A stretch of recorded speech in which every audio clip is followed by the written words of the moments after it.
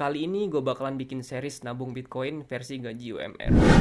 Kenalin, nama gue Ari Ramadoni. Buat kalian yang belum kenal nama gue, kalian bisa panggil gue Ari atau Ramari. Orang-orang biasa panggil gue begitu. Tapi terserah kalian mau panggil gue apa. Dan ya, gue itu sebelumnya adalah content creator gaming atau live streamer game. Dan bisa dibilang gue itu udah vakum atau pensi. Dan ya, kali ini gue mau bikin konten yang berbeda. Seperti yang kalian dengar di awal tadi, yaitu nabung Bitcoin versi gaji UMR.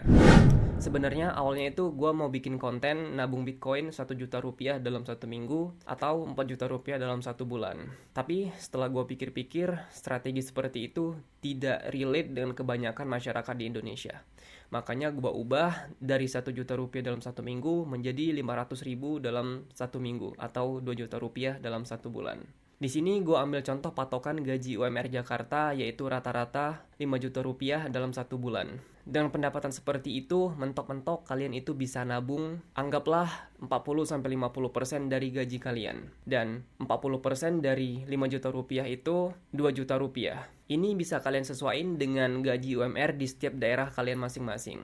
Dan di sini gue udah rinciin pengeluaran kasar, misalnya kalian punya gaji UMR Jakarta yaitu 5 juta rupiah, dengan kehidupan yang menurut gue itu udah boros banget dan enak banget. Dan ini adalah pengeluaran kasar gue kalau misalnya gue hidup di Jakarta dengan pendapatan 5 juta rupiah.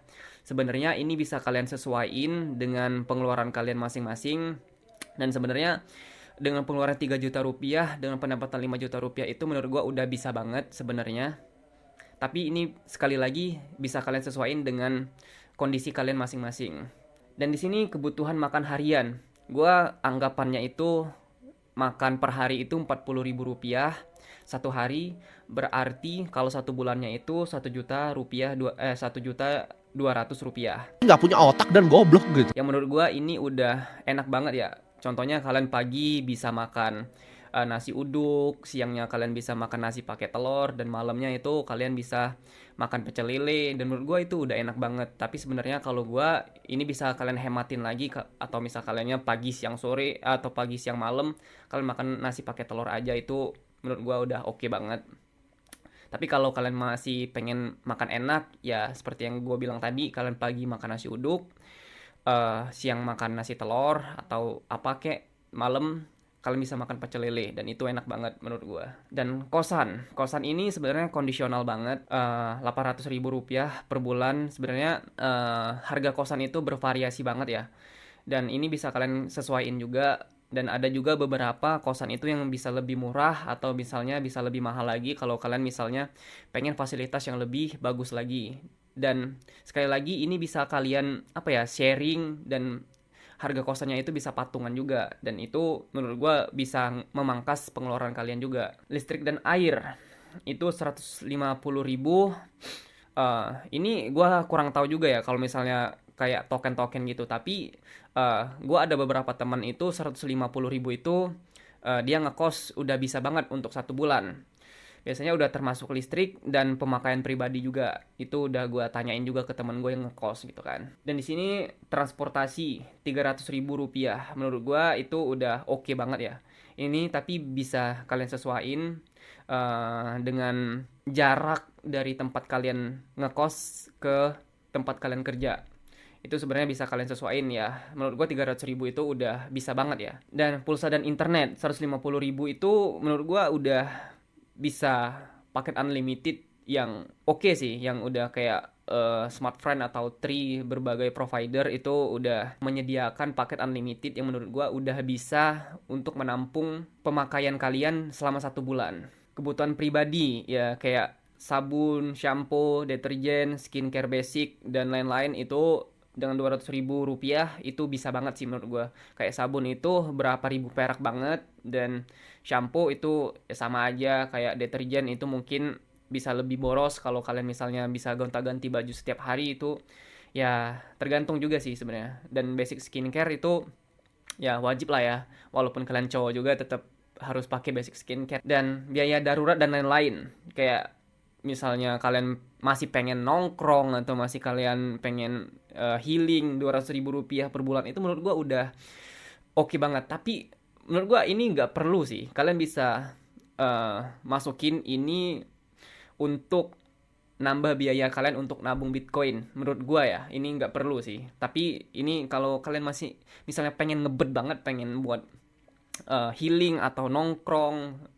relaksasi atau apapun itu, kalian bisa 200.000 rupiah itu udah cukup banget menurut gua. Dan sebenarnya semuanya ini bisa kalian sesuaiin. Kayak makan harian itu, misalnya kalian tinggal di rumah sendiri, misalnya kebutuhan makan harian dan kosan ini, misalnya kalian punya rumah sendiri atau kalian masih tinggal sama orang tua, itu menurut gua ini bisa kalian pangkas pengeluaran kalian ini untuk nambah nabung Bitcoin, atau kalian terserah mau nabung 2 jutanya itu tetap di Bitcoin, atau sisanya itu kalian pengen lariin ke instrumen investasi yang lain, itu terserah kalian ya. Tapi menurut gua investasi terbaik saat ini Bitcoin. Only Bitcoin. Oke, kita di sini langsung aja untuk beli Bitcoinnya, dan di sini gue udah top up 500.000 rupiah. Tadi anjir ada USDT buat apa? Emang ada BTC USDT kah? Anjir, jadi penasaran gue. Nggak ada rupiah. Nanti aja lah. Pokoknya kita langsung aja ya. Untuk saat ini harga Bitcoin itu terpantau 105.000 rupiah, 105.000 dolar. Untuk saat ini harga Bitcoin 106.000. Wah, udah naik nih. 106.000 tadi 105.000 guys. Tapi kita beli aja ya, karena kita bakal DCA atau dollar cost tapi ini rupiah cost averaging RPA. Kita langsung beli aja 500.000 rupiah. Oke, langsung aja kita beli 500.000. Dan kembali ke beranda. Kita lihat dompet kita. Ini sekali lagi gua nggak di endorse sama Bro Timothy kita pakai aplikasi vlog ya. Ini sekali lagi gua nggak di endorse sama sekali, dan ini konten ini tidak bukan ajakan untuk membeli maupun menjual sebuah aset instrumen investasi. Tapi nggak ngurang loh. Tadi 499.000 kan. Ini udah kebeli belum sih? Belum ya? Kok masih rupiah guys? Tar nih, gue bingung nih. Beli bro. Udah ya? Udah belum sih? Gue bingung guys. Udah atau belum ini? Tapi di sini masih rupiah. Ntar. Tuh masih 0 BTC gue. Oh, gue pakai market order kali ya tadi ya. Tuh guys, masih 0 loh Bitcoin gue. Kenapa nih bro? Bentar, gue tadi pakai market order atau limit order sih? Emang ada pilihannya tadi? Market order atau nggak ada guys, langsung tadi tuh. Tapi kenapa kagak nambah nih? Tapi kita di sini udah beli ya guys ya. Coba kita nanti tunggu aja, nanti kalau misalnya gua Bitcoinnya udah masuk, kita bakalan balik lagi dan lihat apakah udah masuk atau belum ya nanti.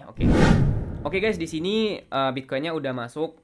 Tapi portfolio gue langsung nurun 3.000 rupiah. Menurut gue itu masih fine-fine aja. Walaupun di sini terlihat bahwa portfolio gue naik 1.000 rupiah ya, tapi tidak seperti kenyataannya. Mungkin udah dipotong pajak. Itu masih fine-fine aja menurut gue. Dan karena setiap minggunya kita bakalan timpa atau dollar cost averaging setiap minggunya 500.000 rupiah, dan ini bakalan menjadi series yang menarik menurut gue.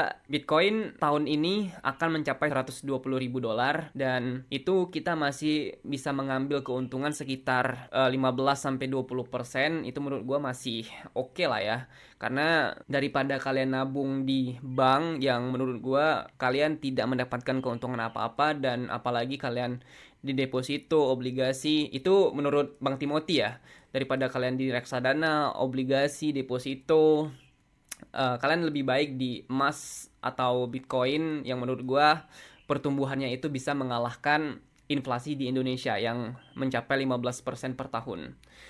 Dan oke, menurut gua kali ini segitu aja.